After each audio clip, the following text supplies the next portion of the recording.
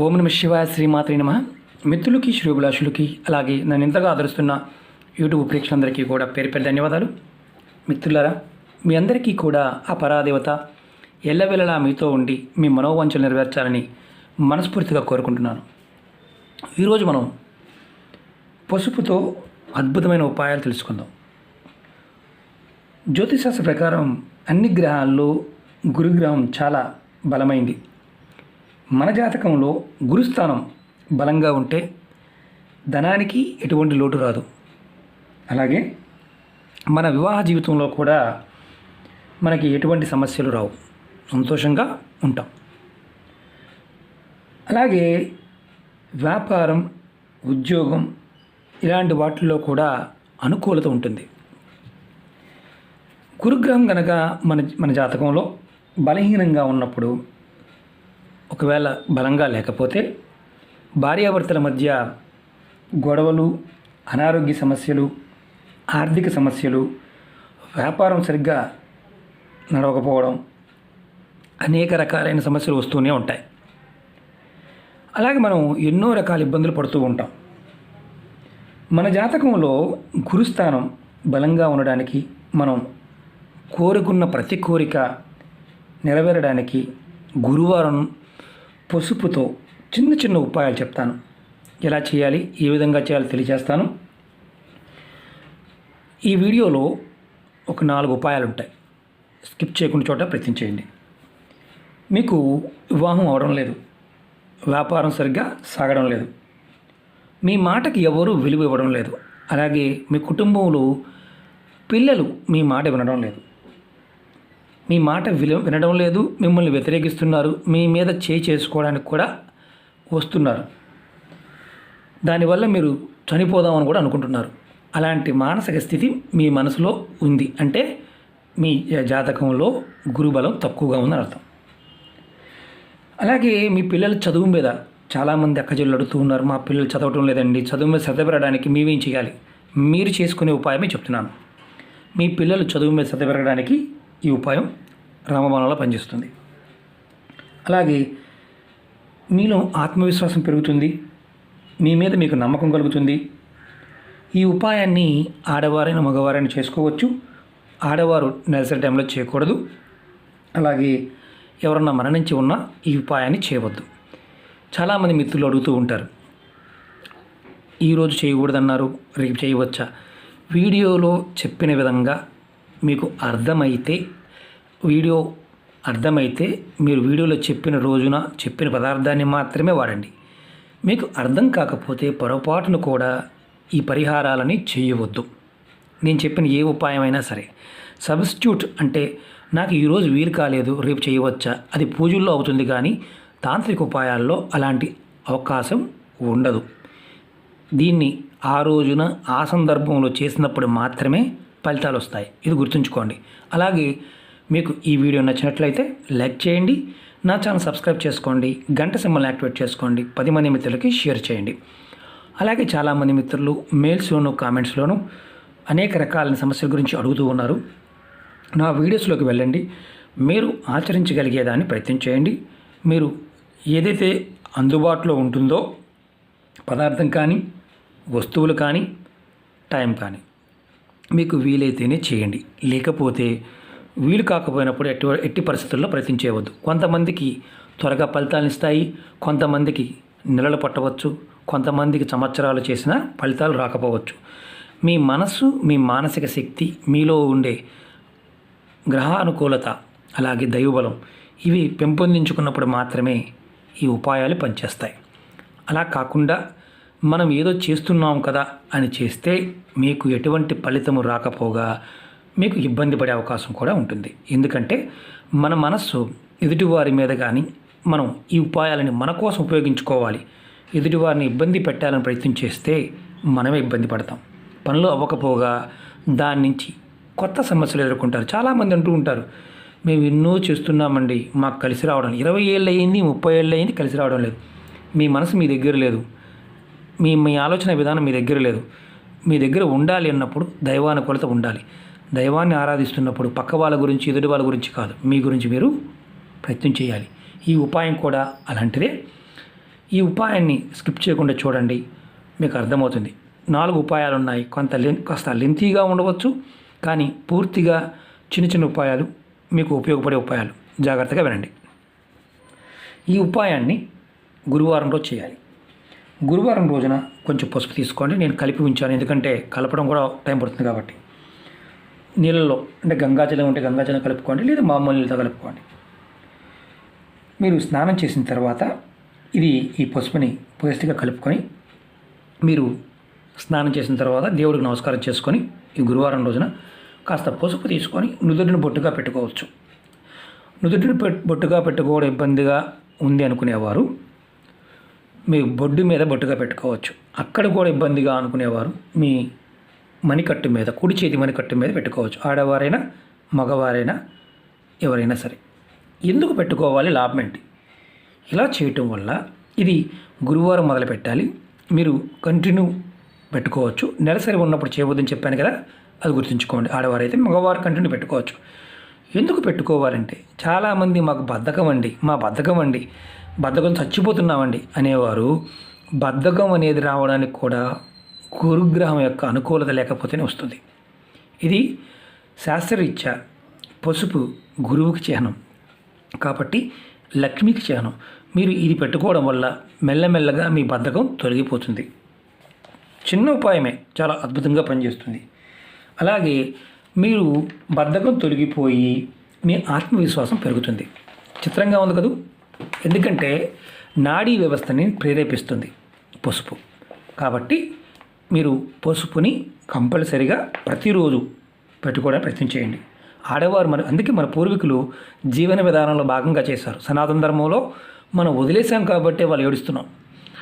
మళ్ళీ మన ధర్మాన్ని మనం కొంచెం పట్టుకోవడానికి 0.1% పట్టుకోవడానికి ప్రయత్నం చేసినా మన జీవితాల్లో సమస్యల నుంచి బయటపడతాం.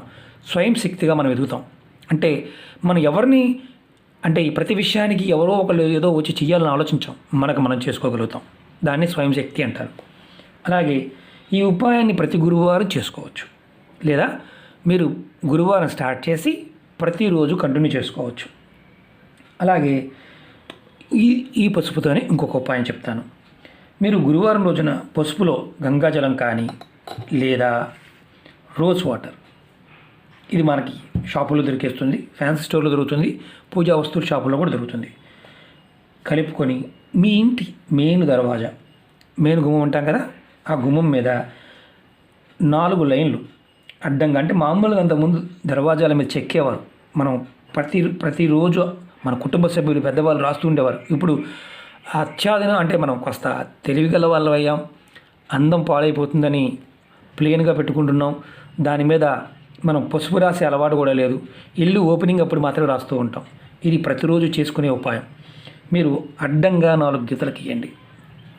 దర్వాజా కింద మన రోజు కొంతమంది పసుపు రాస్తూ ఉంటారు, పైకి ఒక అడుగు పైకి గీతలుగా ఉంటాయి. అక్కడ ప్రతిరోజు కూడా మీరు ఇలా కలిపి పసుపుతో కానీ, లేదా పసుపు గంగాజలం లేదా మామూలు వాటర్తో కలపండి, లేదా రోజ్ వాటర్తో కలపండి.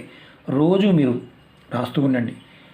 లేదు మీకు అవకాశం లేదనుకోండి, ఇంటి బయట గుమ్మానికి బొట్టుగా అన్న 4 దిక్కుల పైన 2 కింద 2 చుక్కలన్న బొట్టుగానే పెట్టండి. అప్పటికీ అవకాశం లేకపోతే, ఇంకా మీకు సిగ్గు నామోషి అనుకుంటే మీ దర్వాజాకి లోపల పక్కనైనా పెట్టండి. ఎందుకంటే బయట పెడితే ఎవరైనా చూస్తారనుకునే వాళ్ళు కూడా ఉంటారు. కాబట్టి ఇంకా పాత పద్ధతులు ఆచరిస్తున్నారా అని నవ్వేవారు ఉంటారండి. మేము చేయలేకపోతున్నాం అనేవారు లోపల పక్కనైనా పెట్టండి. ఇది మీకోసం చెప్తున్నాను మిత్రులారా, వేరే ఉద్దేశంతో కాదు. ఇలా చేయటం వల్ల మీకు తలుపు బయటైనా లోపల పక్కనైనా సరే పెట్టుకోవడం వల్ల మీ ఇంట్లో ఉన్న నకారాత్మక తగ్గిపోతుంది. మీ కుటుంబ సభ్యుల మధ్య గొడవలు తగ్గుతాయి. విచిత్రంగా అనిపించవచ్చు, ఇది నిజం. అలాగే మీ ఇంట్లో ప్రతి గురువారం నాడు నార్త్ ఈస్ట్ అంటే ఈశాన్యం దిక్కున ప్రతి గదిలో, మీ ఇంట్లో ఉన్న ఒక గది ఉన్న 10 గదులు ఉన్న ఈశాన్యం దిక్కున, అంటే ఈశాన్యం దిక్కున మీరు బొట్టుగా పెడుతూ ఉంటే ప్రతి గురువారం నాడు మీ ఇంట్లో గురుబలం పెరుగుతుంది. ఇంట్లో ఉన్న వారి యొక్క ఏ పని చేసినా అన్ని పనులు విజయం చేకూరుతుంది. అలాగే ఇంకొక ఉపాయం చెప్తాను. మనం ఇప్పుడు పసుపుతో ఒక తేలికైన యంత్రాన్ని తయారు చేసుకుందాం. ఇలా ఒక వైట్ పేపర్ కానీ చిన్నదైన పెద్దదైన పేపర్ తీసుకోండి. ఈ ఉపాయాన్ని ఎవరైనా చేయవచ్చు. ఈ యంత్రాన్ని కూడా ఎవరైనా తయారు చేసుకోవచ్చు.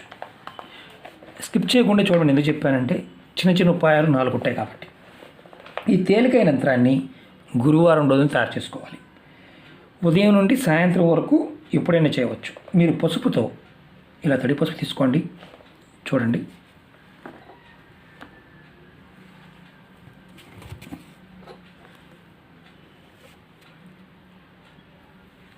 నేను యంత్రం వేస్తున్నాను. ఇలా గీతలు గీసుకోండి. 9 గడులు రావాలి. పెద్ద పేపర్ తీసుకోండి. 9 గడులు వచ్చాయి కదా. ఈ గదిలో పసుపుతోనే మీరు చేయాలి. నేను ఎందుకంటే దీన్ని పసుపుతోనే అంకి వేయాలి. నేను చిన్న పేపర్ మీద చూపిస్తున్నాను ఎందుకంటే వీడియోకి ఇబ్బంది అవుతుందని నేను పెన్నుతో రాస్తున్నాను. ఈ గదిలో మీరు పసుపుతోనే 10 అంకి వేయండి. తర్వాత కింద గదిలో 11 అంకి వేయండి. తర్వాత కింద గదిలో 6 అంకి వేయండి. ఆ తర్వాత రెండో కానాలో దీంట్లో 5 అంకి వేయండి. తర్వాత 9, కింద దాంట్లో 13, అలాగే పై కానాలో లాస్ట్లో 12, తర్వాత దాంట్లో 7, తర్వాత 8. మీకు నేను చూపించడానికి పెన్నుతో రాస్తున్నాను, కానీ మీరు పెద్ద పేపర్ మీద చక్కగా పసుపుతోనే అంకెలు వేయండి. పసుపుతోనే ఈ గడులు గీసుకోండి. ఎందుకంటే కనిపించడం కోసం. ఎందుకంటే నేను దీంట్లో పసుపు మామూలుగా రాస్తే కనిపించదు కాబట్టి క్లౌజీగా అయిపోతుంది కాబట్టి చిన్న పేపర్ మీద చూపిస్తున్నాను. ఇలా యంత్రం తయారు చేసుకోండి. యంత్రం తయారు చేసుకున్న తర్వాత ఈ యంత్రాన్ని ఎలా తయారు చేసుకోవాలని చెప్పాను మీకు. పసుపులో గంగాజలం కానీ రోజ్ వాటర్ కానీ, ఈ 2 గంగాజలం రోజ్ వాటర్ లేదు మన ఇంట్లో మామూలు వాటర్తో కూడా తయారు చేసుకోవచ్చు. తర్వాత ఈ పేపర్ని మీరు చక్కగా మీ ఇష్టదైవం ముందు పెట్టి ఈ యంత్రం తయారు చేసుకున్న తర్వాత ఓం గం గణపతియే నమః అనే మంత్రాన్ని ఒక 3 నిమిషాల సేపు మనసులో అనుకోండి. ఓం గం గణపతియే నమః.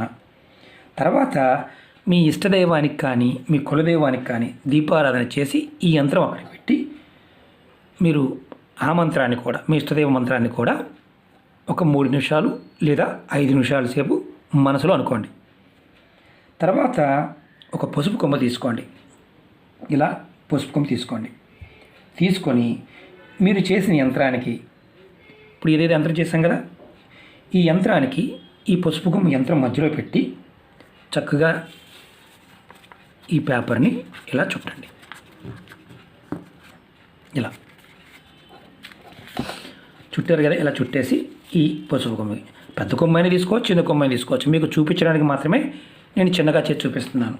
తర్వాత మీరు పసుపు కలర్ దారం తీసుకోండి. ఒకవేళ మీ దగ్గర పసుపు కలర్ దారం లేకపోతే ఈ తెల్లటి దారానికి పసుపు రాసి ఈ యంత్రానికి చుట్టాలి. ముందు ఏం చేయాలంటే ఈ దారాన్ని కొంత దారం తీసుకోండి.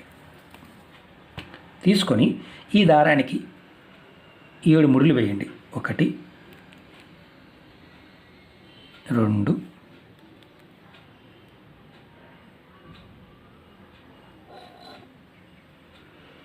3, ఇలా చిన్న మామూలు దారమైన పర్వాలేదు, తెల్లటి దారమైన పర్వాలేదు. ఇలా దారం తీసుకోండి. 7 ముడులు వేయండి. 7 ముడులు వేసి ఈ దారాన్ని